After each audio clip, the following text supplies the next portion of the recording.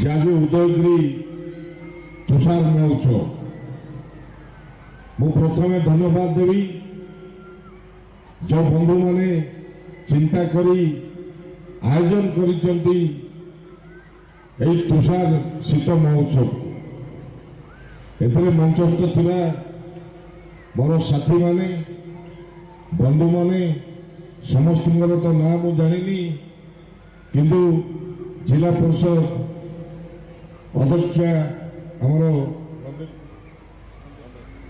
बाकी यंगस्टार जड़े आज आईपीएस कंधमाल जिला एएसपी भाव दायित्व नहीं यंग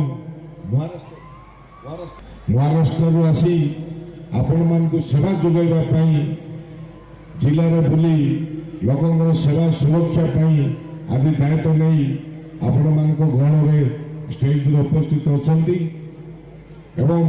मोर बड़ भाई टोना भाई आमर तो 30-35 वर्षर संपर्क आ बड़ भाई ना कौन कहबी आमको बहुत साहाय्य सहयोग देइछंदी। अनेक समय आम जो प्रॉब्लम में थाए से समय आम बहुत साहाय्य देइछंदी। बाकी बंधु माने आमर जियाउद्दीन भाई सेक्रेटरी पंडा बाबू कालू पंडा बाबू तुम तो गोरा अच्छो कला लिखिए ना तुम बाकी अरुण भाई सामाजिक बंधु आमर समीर पाड़ी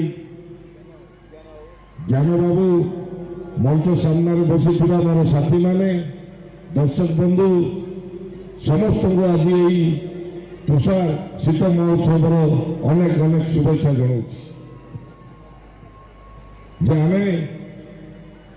आमे महान बोली चिंता करिबा जे विश्व रे जे आमे भारतीय गोटे महान आम देशर इतिहास विश्व रे कौन सी जगह एपरी इतिहास नहीं।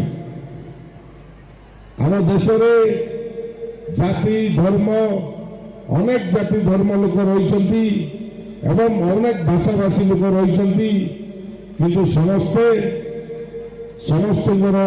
उत्सव सहयोग कर खुशी आनंद आम भारतवासी बंचिकी आसुपरी संस्कृति यहीपरी परंपरा यहीपरी इतिहास विश्व में कौन सी देश आपण मैंने देखिए विशेषकर गंजाम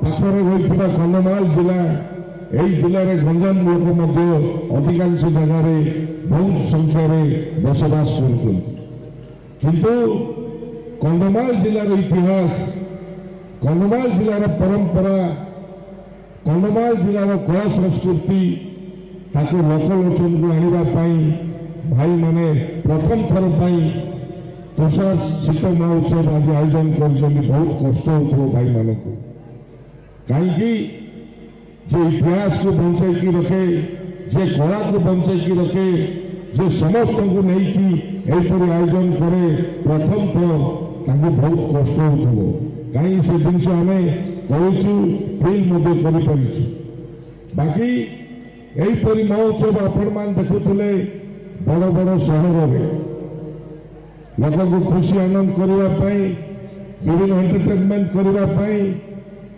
बाहर जगार कला संस्कृति को लेकिन आसी आपण मानकर अंचल परिदर्शन करने सहित आपण मैंने खुशी आनंद पालन करुले। आज आम जिले में अनेक जगह यहीपरि महोत्सव हुए कि कंधमाल उदयगिरी ठारे प्रथम थर भाई मैंने बहुत कष्ट आयोजन कर मो कहवा कथा जे शीत एवं तो शीत छाड़गला जब शीत अधिका हो समय आयोजन करूँ निश्चय आहरी गहली हम आहरी खुशी आनंद महोत्सव भी महकी उठे यही जिला कंधमाल जिला आज आमर एएसपी सार कहते प्रकृति माने भरपूर जिला यही जिले में जो हमें यही जिले में जो प्रकृति परंपरा को देखते यही जिला छाड़ी जावाई इच्छा करूना ଆଜି ଆମର ଏସ୍ପି ସାର୍ଙ୍କ ପାଖରୁ ଯାହା ଫିଲ୍ କଲି ଯାହା କହୁଥିଲେ ଯେ ସଂସ୍କୃତି ଏ ପରମ୍ପରା ଏ ଯେଉଁ ପରିବେଶ ରହିଛି ତାକୁ ଛାଡ଼ିକି ଯିବା ପାଇଁ ସାର୍ଙ୍କର ଇଚ୍ଛା ମନ ବଳୁନଥିବ। ତା ସହିତ କନ୍ଧମାଳ ଜିଲ୍ଲାର ଭାଇଚାରା କନ୍ଧମାଳ ଲୋକଙ୍କର ସ୍ନେହ ପ୍ରେମ ସାର୍ଙ୍କୁ ବାନ୍ଧିକି ରଖିଦେବ।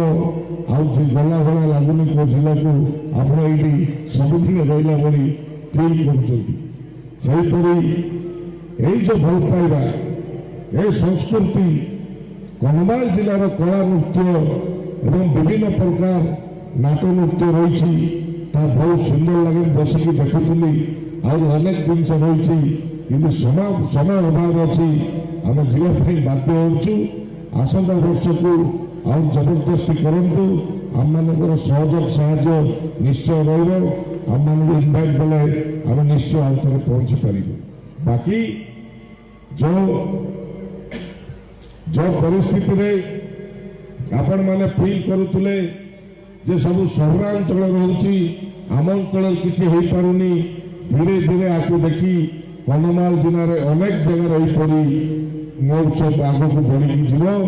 ଯେ କନ୍ଧମାଳ ଜିଲ୍ଲା ରହିଛି ବାଲିଗଡ଼ା, ଆମର ଫୁଲବାଣୀ, ଏଇ ଜାଗାରେ ଦାରିଙ୍ଗବାଡ଼ିରେ ମଧ୍ୟ ହୁଏ କିନ୍ତୁ ଏଇ ଜାଗାରେ ହେଉନଥିଲା। ଏଇ ତ ଧୀରେ ଧୀରେ ବଢ଼ିକି ଯିବ। ଏ ଜିଲ୍ଲାକୁ ଅନେକ ଲୋକ ବାହାରରୁ ଆସିବେ ଏବଂ ଏ ପ୍ରକୃତି ସଂସ୍କୃତିକୁ ଦେଖିକି ନିଶ୍ଚୟ ୟୁଟର୍ନ ମାରିଲାନି ଦୁନିଆର ପରିସ୍ଥିତି ଧୀରେ ଧୀରେ ୟୁଟର୍ନ ମାରିକି ଆସୁଛି। ଯେଉଁମାନେ ସବୁ ସହରାଞ୍ଚଳକୁ ଭଲ ପାଉଥିଲେ ଏବେ ଧୀରେ ଧୀରେ ଗ୍ରାମାଞ୍ଚଳକୁ ଭଲ ପାଉଛେ। ଧୀରେ ଧୀରେ ଫାର୍ମ ହାଉସ୍ ବନେଇକି ସେଇଠି ନିଜର ଜୀବନ କାଟି ବୋଲି ଧୀରେ ଧୀରେ ୟୁଟର୍ନ ମାରିଲାଣି। ଆପଣମାନଙ୍କର ଅଞ୍ଚଳ ଅବହେଳିତ ଜିଲ୍ଲା ଥିଲା, ଆକୁ ବିକାଶ କରିବା ପାଇଁ ବହୁତ କିଛି ସମୟ ଦରକାର, ବହୁତ କିଛି କାମ ରହିଛି। ତାକୁ ନିଶ୍ଚୟ ଧୀରେ ଧୀରେ ୟୁଟର୍ନ ମାରିକି ଆସିଲାଣି। ଏ ଅଞ୍ଚଳ ଏ ଜିଲ୍ଲା ଗୋଟେ ସୌନ୍ଦର୍ଯ୍ୟର ଜିଲ୍ଲା ହେବ ଆଗକୁ ଆଉ 10-12 ବର୍ଷ ପରେ। ବାକି ଯେଉଁ କଥା କହୁଥିଲେ ଆମର ବଡ଼ ଭାଇ ଟୁନା ଭାଇ ଯେ ବିଭିନ୍ନ ଝରଣା ଜଙ୍ଗଲ ରହିଛି, ବିଭିନ୍ନ ନଦୀ ରହିଛି, ଏ ସଂସ୍କୃତି ଏବଂ ଏ ପରମ୍ପରା ଏ ଇତିହାସ ଆପଣମାନେ ଅନେକ ଜାଗାରେ ଦେଖିପାରିବେନି। ଓଡ଼ିଶାରେ ସବୁଠୁ ବହୁତ ଥଣ୍ଡା ହେଇଥିଲା ଏଇ ଉଦୟଗିରିରେ। ଧୀରେ ଧୀରେ ଏଇ ଜିଲ୍ଲାର ଯେଉଁ କାଶ୍ମୀର ଯାଉଥିଲେ ଲୋକ ଦେଖିବା ପାଇଁ, ଥଣ୍ଡା ଉପଭୋଗ କରିବା ପାଇଁ ଧୀରେ ଧୀରେ ଏ ଅଞ୍ଚଳକୁ ଆସିବେ।